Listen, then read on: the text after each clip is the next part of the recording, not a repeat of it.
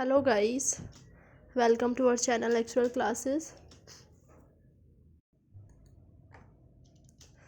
आज के इस वीडियो में हम लोग डिस्कस करने वाले हैं प्रोबेबिलिटी डिस्ट्रीब्यूशंस।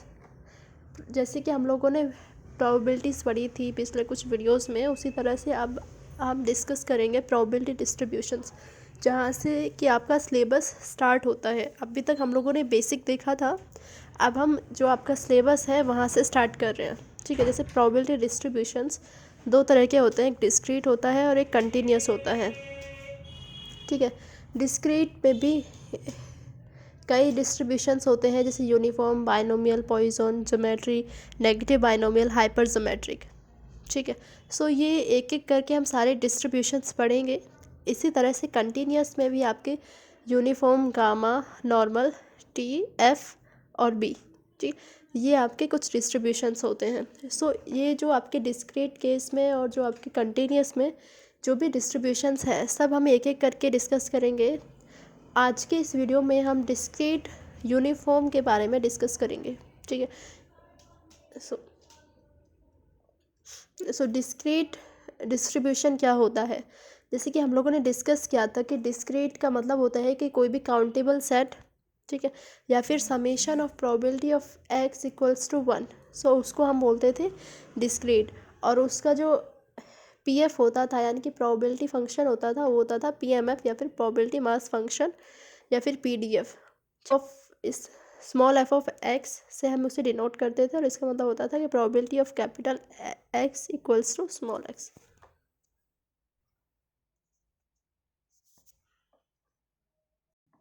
ठीक है,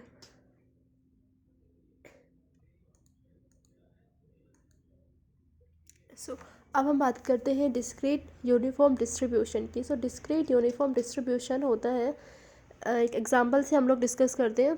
जैसे कि हम लोगों ने डिस्क्रीट में पढ़ा था कि जब हम एक डाई को रोल करते हैं, उसमें डाई को रोल करने पे जो भी प्रोबेबिलिटीज़ होती थी वो एक डिस्क्रीट का एग्जांपल था।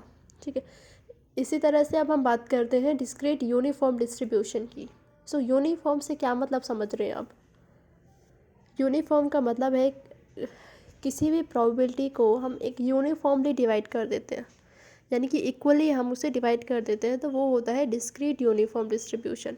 जैसे कि अगर हम एक डाई को रोल करते हैं, तो ये आपके सैम्पल हो गया 1 to 6, और ये प्रोबेबिलिटीज़ हो गई 1/6 1/6, सब में आपके यूनिफॉर्मली प्रोबेबिलिटीज़ डिवाइड हो जाएंगी। ठीक है, और ये उसका ग्राफ हो गया यहाँ पे 1/6। ठीक है, यानी कि प्रोबेबिलिटी सारी आपकी यूनिफॉर्म है, तो वो एक यूनिफॉर्म डिस्ट्रीब्यूशन का एग्जांपल हो गया। यानी कि हम बोल सकते हैं कि सेम प्रोबेबिलिटीज़ आपके जो भी आपके सेट्स हैं उनमें आपके डिवाइड हो गए, तो हम उसको बोलेंगे एक यूनिफॉर्म डिस्क्रीट डिस्ट्रीब्यूशन। ठीक है,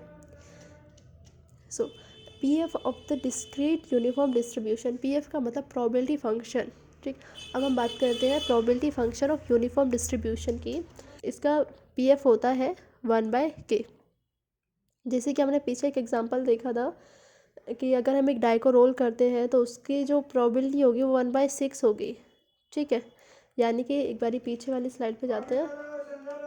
हाँ, ये आपका यहाँ से आपका सैंपल स्टार्ट होता है 1 2 3 डॉट डॉट 6। ठीक है, ये हो जाएगा 1/k, जो इसकी प्रोबेबिलिटी होगी वो होगी 1/k।